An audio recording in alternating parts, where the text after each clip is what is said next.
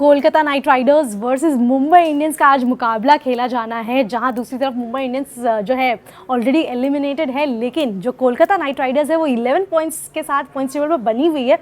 और इनफैक्ट देखा जाए अगर कैलकुलेशंस के हिसाब से रवि सर, वो अभी भी प्लेऑफ की रेस में बनी हुई है, क्योंकि वो और जो पंजाब है वो इकलौती टीम है दोनों की 15 पॉइंट्स पे भी क्वालिफाई कर सकते हैं प्लेऑफ की रेस के लिए, चौथे स्थान के लिए। तो सर के साथ प्लेयर टू वॉच आउट पर डिस्कस करेंगे, प्रेडिक्शन पर बात करेंगे, इनफैक्ट एमआई कैसे जो है केकेआर के खिलाफ क्या स्ट्रैटेजीज लेकर आएगी वो भी बात करेंगे। प्लस केकेआर का जो 2 मुकाबले हैं सर, आज और अगला, दोनों ही होम ग्राउंड पर ही खेलना है। तो केकेआर के पास कितने ये हैं कि वो प्लेऑफ की रेस के लिए क्वालिफाई कर सकते हैं? थोड़ा सा मुश्किल है निकिता, ईमानदारी से कहें तो हाँ, अंक ऐसे बताते हैं, मैथमेटिक्स ये बता रही है कि कोलकाता नाइट राइडर्स क्वालिफाई कर सकता है, लेकिन मुश्किल है। 15 पॉइंट पे मुश्किल है, क्योंकि राजस्थान रॉयल्स भी है, उसके भी मैच है, और पंजाब का क्या है, कुछ भी बुरा चले लेकिन उनका नेट रन रेट बहुत हाई रहा है, बहुत ही ऊपर रहा है, तो इसलिए उनके लिए मुश्किल तो है। लेकिन हाँ, उम्मीद तो जो है 1% पे भी जिंदा है, हो सकता है। तो कोलकाता नाइट राइडर्स एक अच्छा गेम तो दिखाएगी, और पिछले अगर आप देखें तो 5-6 मैचों में से जो परफॉर्मेंस केकेआर कर रही है, तो अगर वो आज के मैच में कुछ बड़ा कर जाए तो इससे भी अचरज नहीं होगा, क्योंकि वो वाकई बहुत शानदार टीम बन के उभरे हैं पिछले 10 दिन से। बिल्कुल। उनके बैटिंग में तो 3 लोग, फिन एलन, अंकुश रघुवंशी और कैमरन ग्रीन, इन्होंने जिस तरह से लिफ्ट अप किया है टीम को, और 3 बॉलर्स उनके, वरुण चक्रवर्ती, सुनील नारायण और अनुकूल रॉय, इन्होंने स्पिन को जिस तरह से टाइट किया है, कोलकाता नाइट राइडर्स ने टूर्नामेंट अकेले अपने दम पर भी जिंदा कर रखा है। बिल्कुल सर।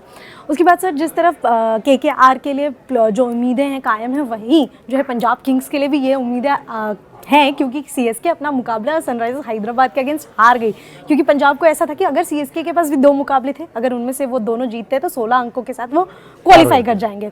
लेकिन अब ऐसा है कि सीएसके हार चुकी है, वो 14 ही पॉइंट्स तक पहुंच पाएंगे। केकेआर की क्या स्ट्रैटेजी होनी चाहिए मुंबई इंडियंस के अगेंस्ट, क्योंकि मुंबई इंडियंस उस फॉर्म में नजर नहीं आ रही है। टीम में हार्दिक पांड्या इज मिसिंग, वो भी हम आपसे डिस्कस करना चाहेंगे, लोग अपने ऑडियंस को बताना चाहेंगे कि क्या इशूज चल रहे हैं मुंबई इंडियंस के अंदर कि Hardik Pandya suddenly he is out of Mumbai Indians.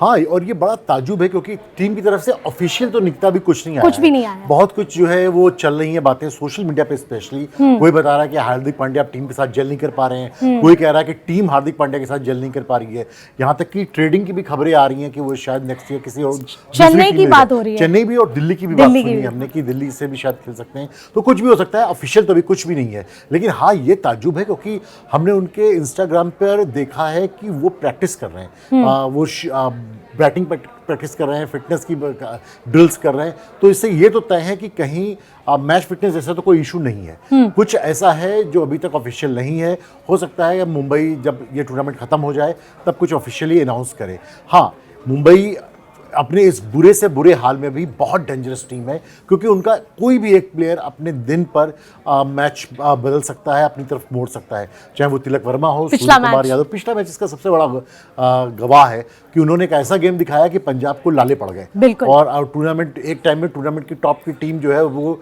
Top 4 में जगह बनाने के लिए लड़ रही है। तो ये हमने देखा है मुंबई के कि तिलक कुछ कर सकते हैं, सूर्या कुछ कर सकते हैं, बुमराह कुछ कर सकते हैं, उनके पास बहुत सारे ऐसे प्लेयर हैं जो अपने दम पर मैच बदल सकते हैं। तो इसलिए आज का मैच जो है वो कांटेदार मैच तो होगा ही।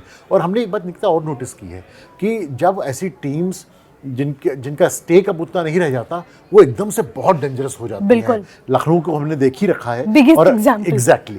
और अब जो है Mumbai Indians, KKR, even KKR ने भी उस वक्त जो है वो राइज करना शुरू किया जब लोगों ने उनसे उम्मीद लगाना छोड़ दिया था। बिल्कुल सही कहा आपने निकला। तो ये इसलिए मुझे आज के मैच को देखने में भरपूर मजा आएगा। तो मतलब डेड मैच तो नहीं मानेंगे बिल्कुल, क्योंकि मुंबई जो है वो उतना ही जो है स्ट्रांगली निकल कर आएगी केकेआर का गेम खराब करने के लिए, ताकि वो जो है वो 15 अंकों तक पहुंच ना पाए। एक और बात है निकता, ये तो हम सब समझते हैं इस बात को, ये तो ह्यूमन टेंडेंसी है कि हर आदमी प्राइड लेके चलता है, और मुंबई की टीम तो सबसे ज्यादा टाइटल विनर है, तो वो अपने साथ एक प्राइड कैरी करते हैं। इस तरह टेबल में सबसे नीचे रहना या बुरी परफॉर्मेंस के साथ वापस जाना, ये तो वो बिल्कुल नहीं चाहेंगे। और उस टीम में बहुत सारे इंटरनेशनल प्लेयर्स हैं, भारत की तरफ से खेलते हैं, तो ये बात तो तय नहीं की था कि मुंबई आसानी से तो नहीं कुछ नहीं छोड़ने जीतने वाली है। अपनी इज्जत के लिए, अपनी प्रतिष्ठा के लिए, अपने सम्मान के लिए वो लड़ेंगे जरूर, और अगर उसमें से कोई भी 2-3 प्लेयर अपने पोटेंशियल पे खेल गए तो मुश्किल हो जाएगा केकेआर के लिए। सर केकेआर के लिए ऐसा है कि जब शुरुआत हुई थी तो बहुत ही खराब शुरुआत थी, लेकिन अब जो उन्होंने बैक टू बैक विंस, पिछला जो मुकाबला है वो जीत कर आ रहे हैं, उससे पहले उनको वापस से एक हार का सामना करना पड़ा था, लेकिन पिछला मुकाबला वो जीते हैं और अपने घर पर जीते हैं, और अगला जो 2 मुकाबला होना है वो भी उनके घर पे आज का, और आखिरी मुकाबला जो वो खेलेंगे वो घर कोलकाता नाइट राइडर्स का जो है कोलकाता ईडन गार्डन्स में खेला जाना है। तो पिच कितना बड़ा फैक्टर प्ले करेगी दोनों टीम्स के लिए? बहुत बड़ा फैक्टर रहेगी पिच का, क्योंकि एक तो ये पिच स्पिनर्स के लिए मदद दे रही है, स्पिनर्स को मदद हो रही है इस पिच से, लेकिन ये है कि रन यहाँ पर बहुत बन रहे हैं, और स्पिनर्स चूँकि उनके लिए मदद है, इसलिए हिटिंग पे जब भी वो जाएंगे बाउंड्री पर पकड़े जाने की संभावना बनती है। दोनों टीमों के पास बड़े बड़े हिटर्स हैं, लेकिन मुझे लगता है कि केकेआर की थोड़ी सी एज है इस वक्त हिटिंग को लेकर के, जिस तरह से कैमरन ग्रीन और फिन एलन जो फॉर्म में है, मुंबई इतनी फॉर्म में नहीं है।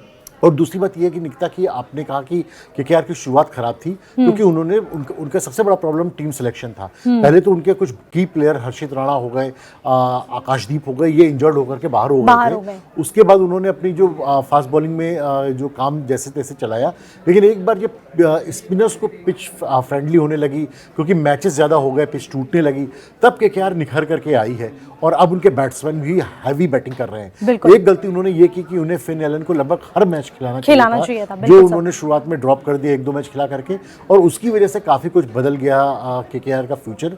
अब तो जो पास हो चुका है, लेकिन फिर भी केकेआर बहुत स्ट्रांग और बहुत ही डेंजरस टीम है। सर केकेआर के पर्सपेक्टिव से मैच में जो भी टॉस जीतेगा वो पहले गेंदबाजी ही चुनेगा, और ईडन गार्डन्स के पिच के हिसाब से स्पिनर्स, जैसा आपने कि मेंशन किया कि पिच टूटने लगे हैं, स्पिनर्स उनके काफ़ी हावी हो गए हैं, चाहे वो सुनील नारायण हो, चाहे वो अनुकूल रॉय हो, चाहे वरुण चक्रवर्ती हो। तीनों, अगर Rohit Sharma as a impact player खेलते हैं, आज तिलक वर्मा खेलेंगे, रायन रिकल्टन ओपन करेंगे या कोई और करेगा, जो टॉप ऑर्डर है मुंबई का वो कैसे टैकल करेगा इन 3 जो है ना, बोल सकते डेंजरस स्पिनिंग जोड़ी को? बहुत डेंजरस जो है ये जोड़ी है, और इस वजह से जो है मुंबई के लिए मुश्किल रहेगा। और कितनी आसानी से आपने केकेआर के दोनों स्पिनर्स गिना दिए, तीन स्पिनर्स की हम बात कर रहे हैं। आप मुंबई के स्पिनर बता के दिखाइए, क्योंकि अब बहुत हम खोजते हैं कि यार क्या होगा, तो फिर हम देखें कि वो अफगानिस्तान के गजनफर हैं, उसके बाद सेंटनर हैं, राहुल शर्मा हैं, पर हकीकत ये है कि तीनों फॉर्म में नहीं है, तीनों टच में नहीं है, तो इसलिए जो है मुंबई का स्पिन डिपार्टमेंट बहुत कमज़ोर है, और केकेआर उसको कैश करेगा, उस बॉलिंग को कैश करेगा। लेकिन हाँ, केकेआर की ताकत जो है उनका स्पिनर है, उनके स्पिनर्स हैं, और मुंबई को वो अपने स्पिन ट्रैक, अपने स्पिन के जाल में ही, अपने स्पिन वेव में ही फांसने की कोशिश करेंगे। रोहित को जिस तरह से चहल ने बोल्ड मारा था उस मैच में, आपको याद होगा कि उन्होंने 3 गेंदें लूप के साथ बाहर निकाली थी, और फिर एक स्ट्रेट गेंद जो है, और वो रोहित उसके साथ जो है अपना बैट नहीं मैच कर पाया और बोल्ड हो गए थे। तो ऐसी ही ट्रिक्स इस वक्त स्पिनर्स काम ला रहे हैं, और उनको रिजल्ट भी आ रहे हैं। क्वालिटी स्पिनर्स जो है वो किसी भी पिच पर विकेट निकालने में सक्षम है। आपके हिसाब से sir player to watch out दोनों टीम से कौन होगा, क्योंकि मुंबई जिस तरफ सफर कर रही है कि कोई एक हीरो निकल कर आ जाता है टीम में? बिना लाग लपेट के निकिता मैं कहता हूं कि मुंबई की टीम से तिलक वर्मा, सिर्फ और सिर्फ तिलक वर्मा जो है वो जिस तरह से टच में है, जिस तरह से फॉर्म में है, और कुछ थोड़े से हर्ट भी लग रहे हैं जो बातें उठी हैं सोशल मीडिया में, तो मुझे लगता है कि तिलक वर्मा जो है वो मुंबई की टीम से प्लेयर टू वॉच आउट होंगे। और वहीं दूसरी तरफ कोलकाता नाइट राइडर्स, स्पिनिंग उनके तो जो ट्रायो हैं ही हैं, लेकिन एज अ बैट्समैन किसको? फिन एलन, मुझे लगता है कि फिन एलन का आज भी जादू चलेगा, लंबे लंबे शॉट्स जो खेलते हैं फिन एलन, और अगर फिन एलन चल गए तो ये 30 गेंदों में 80 वाला बैट्समैन है, तो आप देखेंगे कि मैच को किस तरह से अपनी तरफ मोड़ते हैं, लंबी हाइट है, लॉन्ग हैंडल बैट्स यूज़ करते हैं, और बहुत कमाल के छक्के मारते हैं। तो मैं दोनों तरफ जो है वो बैट्समैन लेके चलता हूँ, इधर फिन एलन और उधर तिलक वर्मा, इनका फेस ऑफ जो है वो बड़ा ज़बरदस्त होगा। दूसरी तरफ मुंबई के लिए सर, मुझे नहीं लगता कि केकेआर को कोई भी चेंजेस करने की ज़रूरत है मुंबई के अगेंस्ट अपने घर पर खेलने के लिए, लेकिन मुंबई इंडियंस के लिए अगर मैं बोलूं तो ऐसा एक प्लेयर कौन होगा जिसको आप या तो अंदर करना चाहेंगे या तो बाहर करना चाहेंगे टीम से? ये तो आपने निकिता बहुत ट्रिकी सवाल पूछ लिया, ये तो मामला फंस गया यहाँ पर। मैं सूर्य कुमार यादव को कुछ रनों के साथ देखना चाहूँगा, क्योंकि सूर्य कुमार यादव बिल्कुल टच में नहीं है, बहुत ही शानदार बैट्समैन है, कितने हफ्ते तक वो आईसीसी में T20 नंबर 1 बल्लेबाज रहे हैं, उनको इस तरह स्ट्रगल करते देख मुझे अच्छा नहीं लग रहा है।